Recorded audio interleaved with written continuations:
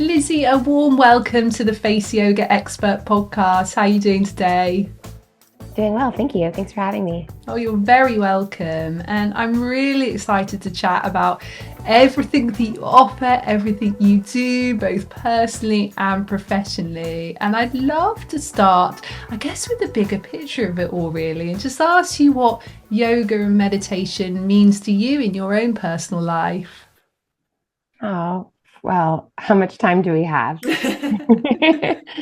I have been practicing yoga for about 20 years, and I think what is so special about it is that it has evolved with my lifestyle and it will continue to do so.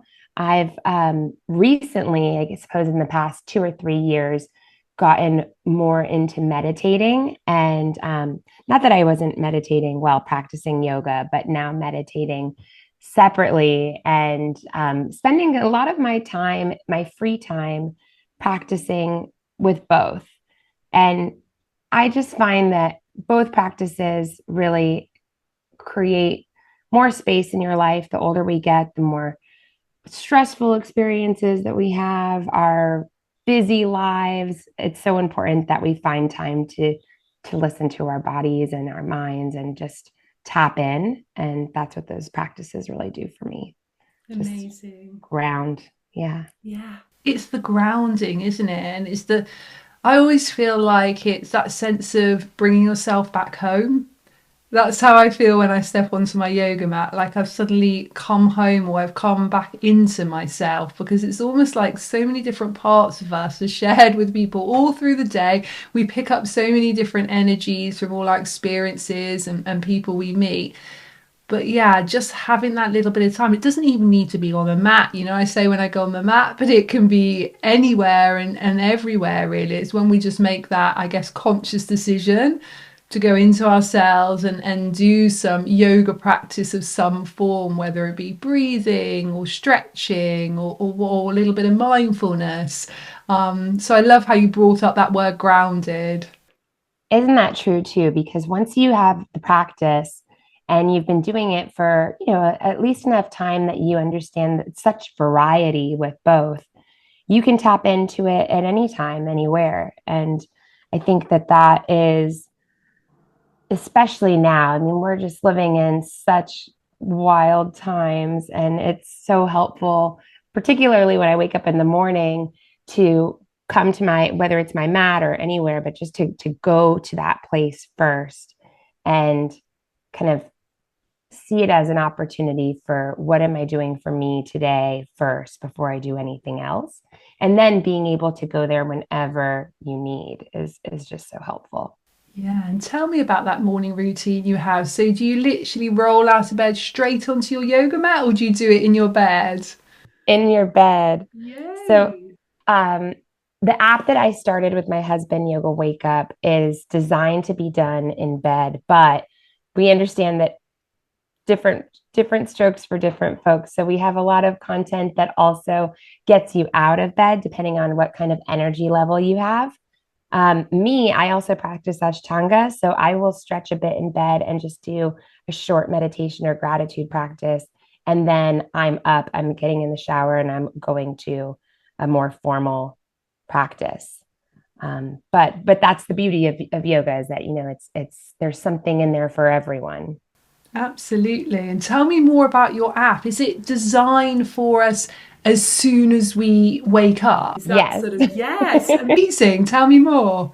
Actually schedule like an alarm. So instead of waking up with a jarring alarm or with your phone's alarm or your kids crying or your dog having to pee, like the first thing you do, this will guide you into a short 5 to 15 minute audio guided practice. And you can choose from hundreds of different voices that are, teachers from all around the world. And they are guiding you through, gosh, it can be breath work. It may be a practice that's designed, that's specific to a mood or a challenge. But it's really, what we've heard is that it's like having, your best friend or your mom or somebody kind of like coax you awake and then gently guide you into your day. That's so beautiful and so needed as well. Maybe you could tell us about some of the benefits of doing yoga as soon as we wake up. Absolutely. So I'd like to maybe shift to the things that people do when they wake up that are not healthy, Yeah. which there are so many things that we kind of jump into, whether it's our emails or doom scrolling or just like going straight to your to-do list or maybe feeling dread in the morning. And this is a means of an alternative to those behaviors. So just like any habit, those are bad habits, and you can have good habits and healthy habits. And these are, this by making it something that you can do consistently, Monday through Friday, or better yet, every day. This is something that you can take into your day and set a positive tone for the rest of your day. Now, that's just the benefits of using our app in the morning, but practicing yoga in the morning, I mean, there's the flexibility that you can,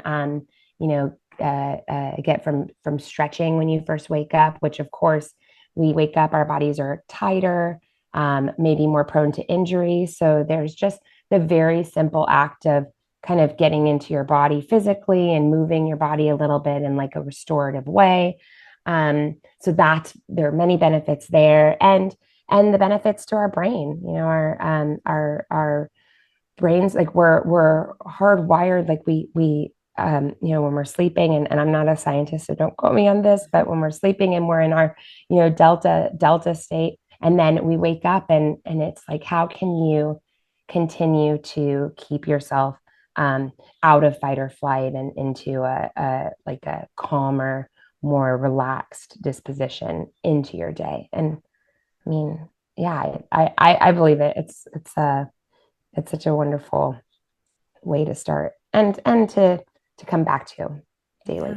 absolutely. And I'm presuming also people that are using this practice every morning. I mean, I do yoga practice every day. Unfortunately, it's not as soon as I wake up, just because of children and other things. I'm much more sort of flexible, for excuse the pun, with my yoga practice. So, my yoga practice can vary from anything from a 2 minutes child pose in the middle of the day to a full hour session. It just really does vary according to how I'm feeling that day, how much time I've got that day, so many different factors. But I do know that doing it as soon as you wake up in the morning is hugely beneficial. And the times when I have had the opportunity to do that, for example, like when my kids are on their school holidays, quite often I'll do that, because actually I know there's not that rush to do the school run in the morning. So I'm rolling my yoga mat out straight away, while they're just playing or they're eating breakfast or whatever it might be. So I know how well it does set you up for the day. And actually, I think personally, it's the best time to do it. It's not the time that I say I'm not able to do it, but of course I could get up earlier and do it. But it's not the time I choose to do it. But when I do it at that time, I know it's so beneficial. And of course, like you say, it helps so much with your day. But I'm guessing it really helps with your sleep. So it's helping that whole cycle as well. Absolutely, absolutely. Yeah, we always say that your morning routine begins at night, and sleep doctors will speak to the 24-hour cycle. And what are we doing throughout the day that is impacting our sleep? And being able to regulate your nervous system is such an important, critical part of that.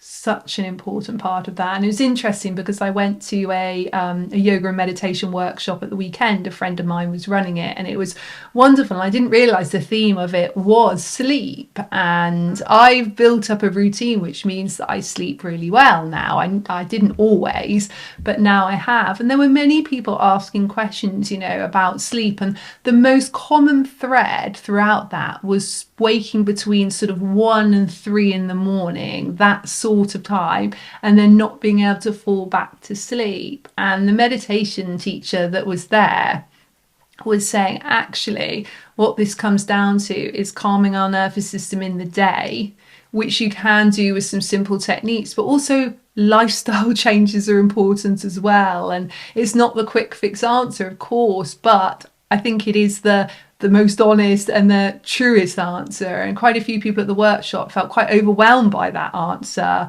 But it's holistic, isn't it? And it is lifestyle change if we are really struggling with our sleep. Definitely, definitely. And that is most likely, I mean, it absolutely impacts women more, and women in, perimenopause and menopause. Like that's the first thing that you hear about, is that sleep becomes more of a challenge. And, I think having these habits in place as we age, it's so critical, because it'll be easier to undergo all of these changes that we really have very little control over, if we have these healthy and consistent practices in place. Absolutely. And if you were to recommend, say, two or three yoga poses that'd be really beneficial for us to do the moment we wake up, so maybe before we even got out of bed, which ones would you recommend? Oh, wow. Okay. Well, I was going to say one of my favorite poses is Viparita Karani, which is the legs up a wall. Love that. Well done, you remembering the Sanskrit name of that. I am terrible with remembering the Sanskrit names of things. Let's call it legs up a wall. Yes, let's call it that. So this pose, you can turn your body around and prop your legs up against your headboard or the wall behind your bed. And even if you're not comfortable in that position yet, just because again, when we wake up, like we're a little stiff, you can use your pillows as props. So stick a couple pillows under the small of your back, under your sacrum, just to give you a little bit more space there. And that is great. It's like an inversion. So it has, blood. The blood is flowing down from your. Not a yoga teacher, by the way, just so I can be clear about that. I am a student. But it is like an inversion. So you get the many benefits of doing an inversion. I find this to be such an amazing pose because it is extremely relaxing. And you can just lie there. If you do nothing else, you could lay in that pose for a few minutes. And what's nice about this is the act of turning around and kind of moving positions will wake you up enough. I don't recommend staying in it too long because you may fall back asleep. Other poses that are really nice when you wake up in the morning is to push back and roll over onto your belly and push back into child's pose. And this is really great for releasing your low back and just creating a little bit more space in your hips. Again, with use of pillows, because that can be also a difficult pose to get into for a lot of us. And it's nice to just be able to stick a pillow under your belly and rest there. We all of the practices that have movement in our app, there's such a variety of poses that teachers have brought to these practices. And it has opened my mind to the things that you can do in bed. Yeah, absolutely. I've had teachers that will do a supported bridge pose. So you'll put pillows under your back. Uh, should I describe it a bit? But No, that's bridge. fine. I think, Okay. yeah, a lot Okay. of people understand. So, yeah, sort of lying down on your back, Yes, lifting up your hip area, exactly. feet onto the bed, and then putting the pillows Which can underneath be the so lower helpful back. because so many of us sit at a desk all day. So just Yes. being able to do these gentle poses that are the opposite position of us usually sitting, Yes. can also be a great way to kind of warm up your body for the day ahead. Yeah, amazing. So legs up the wall, child's pose, and a supported bridge. Absolutely amazing. And also, they would be really good in the evening as well. So if someone wanted to say, okay, I want a little easy routine, to then do that again in the evening would be super beneficial. Oh, that sounds great. I want to go do that right Yeah. now. And do you know what I love? You said that you're not a yoga teacher, but of course you're what I would call a curator. So you brought together loads of different experts and yoga teachers and modalities, which I think is very powerful and is a real superpower in itself. Because I think if you're coming to that from a student, you really understand what your clients or users of the app are going to want, because you're actually saying, look, I love the way that that teacher does that, so we need that in the app. And we love the way that that teacher does that, so we need that in the app. And I know that you said that it's, well, you're very welcome, and it's lovely what you've created. And I really like that you said that certain teachers are doing it almost like in an unusual way, or ways that you weren't expecting. On the app, what are the ways that you've sort of gone, oh, okay, that's a little bit different, I wasn't expecting? Maybe give us an example of that. Yes. So one of our absolute favorite practices on the app is called Today is Yours. And the teacher is, her name's Kate Lister. She's based in the UK. And the teachers also the teachers also choose the music that goes with each practice, which for people who practice in a studio, it's so important that, so many of us are familiar with the way that we love the music as much as we love the teachers in many cases. And it's part of their style of teaching, the kind of music that they play in class, right? So she used the song by Leo Sayer. It's "You Make Me Feel My Dance, Feel Like Dancing," and we were like, "Where is she going with this?" And she actually gets you very. I feel like I'm giving away the surprise, but you don't realize that you're going to be dancing, and then you're about 10 minutes in, and you are fully dancing out of your room. And it was such a fun practice to produce. And it's such a fun one to do. And the reviews, the comments are just wonderful because people are like, how did she do that? I love that. That sounds like starting the day with complete joy, which is what we all need for sure. And what about your own wellness routines? What do you do throughout the day? So I know that you're very busy, obviously, developing this app, and you do lots of other projects as well. So tell me a little bit about sort of any wellness hacks or regular routines that you use. Okay. I do start my day. For me, it's very much about habits and consistency. So what can I do that is not too difficult that I know I can kind of stick to and do daily? So that's short meditations, my yoga practice, practicing Ashtanga. I love food. Like I am such a foodie. And so it's very important that Sundays we go to the farmer's market. We make sure that we get the awesome, colorful, healthy fruits and vegetables that I want to make throughout the week so that I always have access to healthy things in my fridge. So that's kind of I don't know if that's a hack, but it is a way to make healthier choices more convenient and accessible. Like I don't really keep unhealthy snacks around. Not that I don't indulge, I do, but I know that if I have healthier choices nearby, then that's what I'll go for first. Otherwise, like you, I also am a good sleeper because I've made a point to prioritize a consistent bedtime routine. That's really important to me.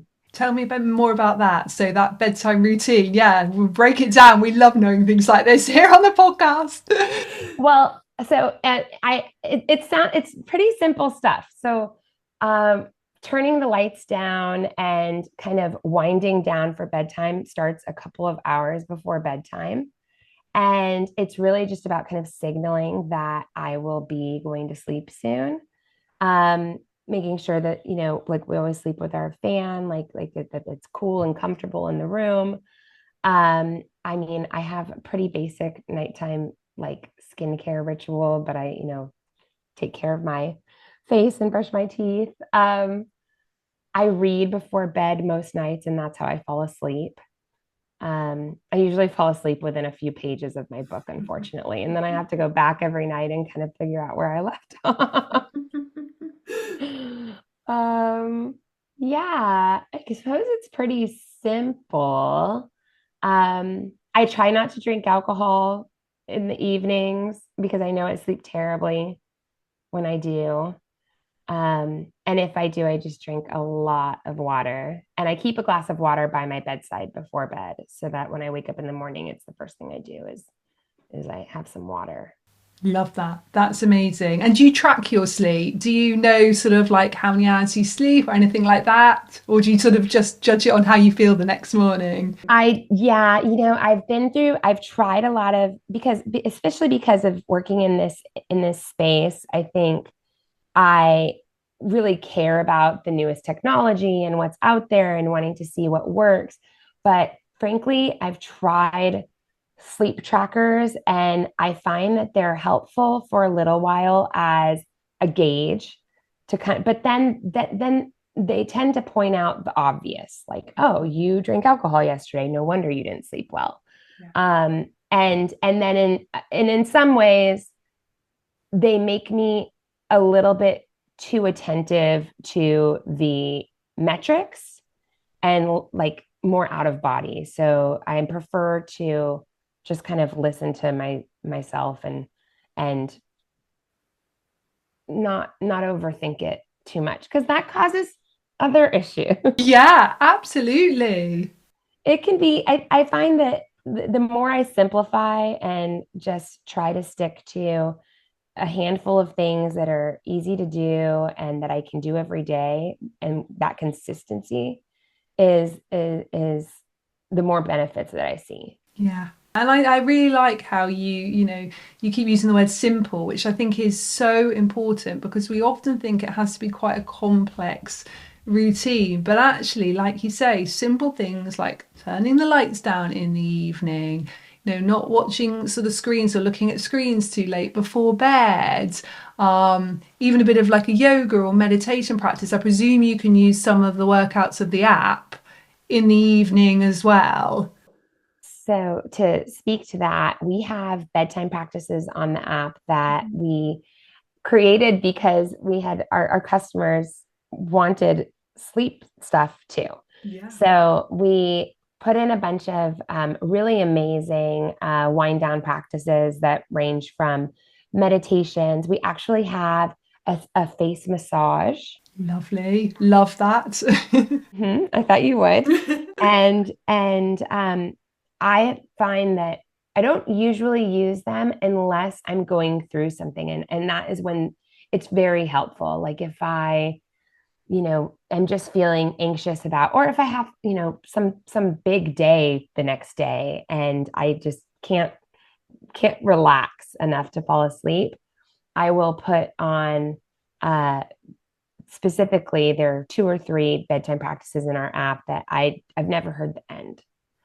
And just knock out because they're that good. And one of them is a sound bath Love a sound bath. for sleep by Nicole Motter, and she's amazing. And then the other ones are by Nikki Sakarichi, and she has a lot of practices on our app.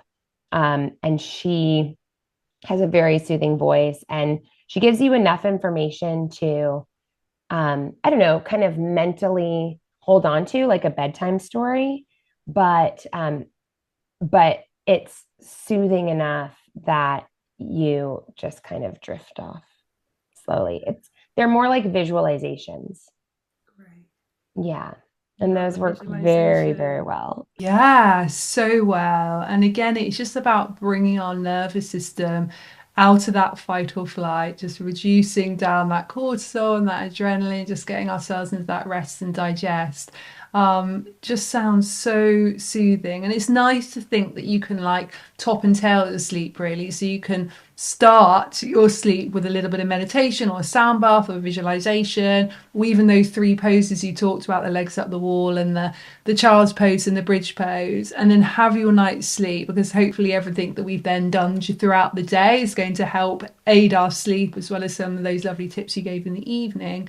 And then waking up in the morning, and then before we even get out of bed, if we can just do three poses, that's going to help again our nervous system just stay really calm throughout the day. So it just feels like a really nice, nourishing, but easy. And again, going back to the word simple practice. I think we need to bring back the simple practices. I think everything now is often so complex that we don't just take it back to basics. And it is as basic as that, really. If there's one message I want to get across today, it's that I've been thinking about it a lot lately. I just think that um, there's so much information. We're so bombarded every day by things that we think we need, and it just feels overwhelming. And so definitely, I think at the end of the day, the the healthiest choices or the options that are out there, it's really comes down to, being able to sleep well, and that's so critical. Moving your body, you know, having a gratitude practice. If you can just think of every day like just some, I see gratitude in your background. Yeah, gratitude, peace, love. And eating well, so we don't have to overcomplicate it.